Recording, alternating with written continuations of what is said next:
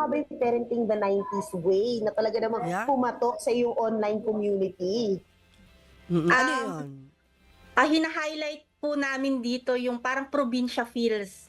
Gustong-gusto po nilang mapanood ng mga followers ko yung paglalaro namin sa ilog, Oh. pagduduyan sa mga punong mangga. Taga saan ka ba? Saang probinsya ka, Mami Hides? Isabela po kami, sa Region Ayun. 2 po. So ito yung mga back to basics, yung simple Yes. ano, 'di ba? Simple Simple living, activities. opo. 'Di ba kasi mga Ayan po bata yung mga ngayon puro mall. Alam mo dito sa Maynila, puro mall. Although may mga parks Oo. naman pero mas prefer nila mag-malling, manood ng sine. Ilan bang mga bata ngayon sa Maynila ang nakaka-swimming pa sa ilog, nakakapagduyan sa may puno ng mangga? Yun pala yung content mo. Sige, kwentuhan mo pa kami. Ayun po, yung instead na mag-gadgets po sila, doon po kami sa labas ng bahay, naglalaro po kami ng buhangin. May sinet up po kami ni Mister doon na palaruan talaga nila na pwede silang magdig ng buhangin, gagawin nilang castle, ganun po. Oh, tinan mo, That's MG. na, ayun, Ang nakita ganda. nila kayo to, sa TV screens natin, ang paglalaro nila sa ilog, etc. So naturally, dahil dito, hindi nila hinahanap yung ano, yung mga gadget, yung tawag ng telebisyon, at ni Peppa Pig.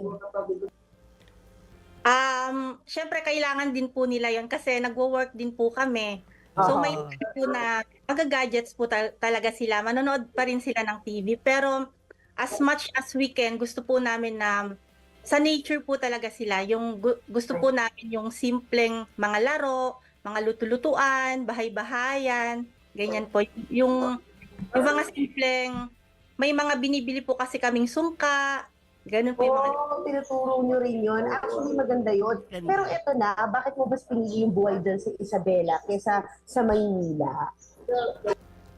Galing po kami sa Bulacan, 13 years po kami diyan. Mm-mm. Kakauwi lang din po namin dito nung May last year. Taga dito po kasi kami, so probinsyana kami. So mas na-appreciate po siguro namin talagang mag-asawa yung buhay dito sa probinsya. At yun po yung tinuturo din namin at ipinapamulat sa mga anak namin. Tama yun. Tapos ano pa, iwas stress din ba ang buhay nyo dyan? Mami? Ay sobra po, Mami Tin. Napaka-relaxing po dito. Grabe, gusto ko yung sinabi niya, ay sobra po, ma'am. Parang nakamdaman ko yung dito sa computer screen ko, yung pagsabi mo noon. Opo. Ano to, nung natanggap mo na ang bill sa kuryente, anong post to? Yan po yung sa aircon, aliw na aliw po sila diyan. Kasi Oo. mataas po yung bill ng kuryente natin ngayon dahil sa aircon. Oo. Oh. Pero di ba probinsya, malamig ang simoy ng hangin, may fresh air, maraming puno. Opo, pero yun nga po yung daing ng mga mami sa community namin. May grupo kasi kami. Oo. Halos mga post nila, nagtatanong sila yung mga reveal daw ng kuryente. Ah. Kano kuryente mo dyan, Mami Hi? Naka 4,000 po. Wow, tapos may aircon na yun. Oh, Bongga, bongga. Ako may tanong, pero it seems like very idyllic yung setting nyo dyan. Pero ano na yung mga challenges na kinakaharap nyo sa buhay probinsya and raising kids na ganyan yung buhay na binabalanse mo, yung paggamit ng gadgets, panonood ng TV, pero at the same time, in touch pa rin sila sa kalikasan? ang pinaka-challenge po sa amin dito sa province ay yung palagi pong walang kuryente. Ayun na. Actually.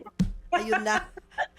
Isabela, talaga. May mga moments pa na walang kuryente. Opo, napakainit din po dito pero parang na-adapt na po namin. Mainit po. So anong ways na para lumamig? Oo, anong ginagawa nyo?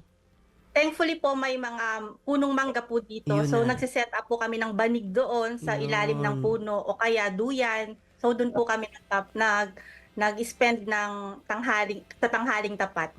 Totoo Wait, yan. ito, Mami Hi, may tanong ako. Paano lumaki yung mommy community mo dito sa sa Facebook? Sa Facebook kasi ang main ang main platform. Parang hindi ko na lumaki na lang po siya ng lumaki kasi mga followers ko po sila. So, parang na-inspire po siguro sila sa kwento namin, sa mga ipinapakita kong simple living. Kasi actually po yung mga followers ko, mga mommies din po na katulad namin na mga simple lang po, nasa baryo-baryo lang din po. So, na-appreciate po nila yung buhay namin. So, ayun, nagjo-join po sila sa community, sa Facebook community namin. At ayun, nag-share, ng mga buhay nila, yung mga problema nila.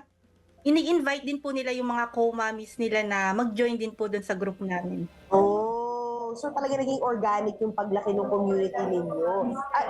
That's it for me. Ikaw, Mamutin, may tanong ka pa kay Mommy Hyde? Oo. But would you, anong tips no ang mabibigay mo sa mga kainay natin? Kasi mukhang expert na expert ka sa pangangalaga ng iyong mga anak. Para maalagaan din nila yung anak, bagamat sila na mga nanay, marami pa rin dyan, nangangapa, di alam ang gagawin. Anong pwede mong maipayo sa kanila? Be yourself. Kasi yung parenting naman po, yung pagiging nanay, wala po yung kodigo na ito yung step 1, ito yung step 2. So, kanya-kanya po tayong parenting. Kanya-kanya po tayong technique sa pagiging isang ina. So, sa akin po kasi ang gusto kong matutunan ng mga anak ko ay yung pagiging simple, yung pagiging hindi materialistic, yung maka-appreciate sila ng mga bagay na hindi nabibili, katulad po ng time, ng love, ng mga kapwa po namin, kapwa-tao po nila. Oh. Ganda. Ang ganda. Na-touch ako doon, oo. Kasi maraming mga bata ngayon laging material lang, hindi ko nilalahat, pero pag nasa mall ako, yung laging material na bagay ang nagpapasaya sa kanila. Alam mo, Mamu, totoo yun Talagang doon ako napaisip yung sinabi ni Mommy Hides, no? Tapos syempre, nag-errands din ako dito sa kung nasan ako ngayon. Yun na nga talagang sometimes it's really the environment din na kahit mo sa kanila na, of course, yung mga inay natin, yung values talagang we tell the children about it all the time. But honestly, if you are situated in a city and you have external forces, di ba? Like yung mall, sinasabi mo nga, yun yung nagiging pastime ninyo instead na tumambay kayo sa ilalim ng puno ng mangga, mag-painting, mag-sandbox, at kung ano-ano pa. Talagang, yun at yun. Yun yung challenge, di ba? Yung push and pull na bumalik ka sa nature, mas maging simple ka versus nasa city ka at maging materialistic. Yeah. Kaya ako, share ko lang sa inyo mga kainay na thankful ako na nangyari ang pandemic. Kasi sobrang siyang blessing dahil lahat tayo nasa bahay, nandun lang kami sa garden. At that time, maliliit pa yung dalawa naming anak. 19 na ngayon, 14 na yung isa. Pero that time, 9 years old lang yata si Neo. Nagkaroon kami ng mga moments na nandun lang kami sa garden namin. Tinuturo namin sa kanila ni Julius yung iba't ibang puno na yung ibang bata nakikita lang sa libro, pero to nakikita mo, ito yung atis, ito yung grapes, ito yung ganitong puno para sa insulin, para yan sa mga may diabetes, yung insulin plant, yung mga ganon. Tapos nahahawakan nila yung dahon, nadi-differentiate nila iba't ibang klase ng dahon at prutas, pati gulay. Alam mo yun, iba kasi alam lang yung gulay sa bahay, kubo, kahit munti, pero hindi alam yung actual na itsura ng gulay. Pati yun, thank God nagkaroon ng pandemic na ituro namin at sa mga anak namin yun, yung back to basics talaga. Meron kang grapes sa house.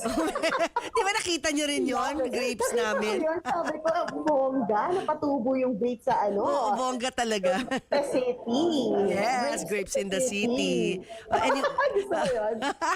Anyway, thank you ulit, Mami Heidi. Meron ka pa bang gustong i-impart para sa ating mga kainay out there? Syempre gusto ko pong batiin ang lahat ng ating kananay ng Happy Mother's Day po. At lahat po ng effort natin, lahat po ng pagsasakripisyo ay alam ko pong maaalala po ng mga anak natin balang araw. Worth it po lahat ng paghihirap natin, mga mommies. Yun lamang po.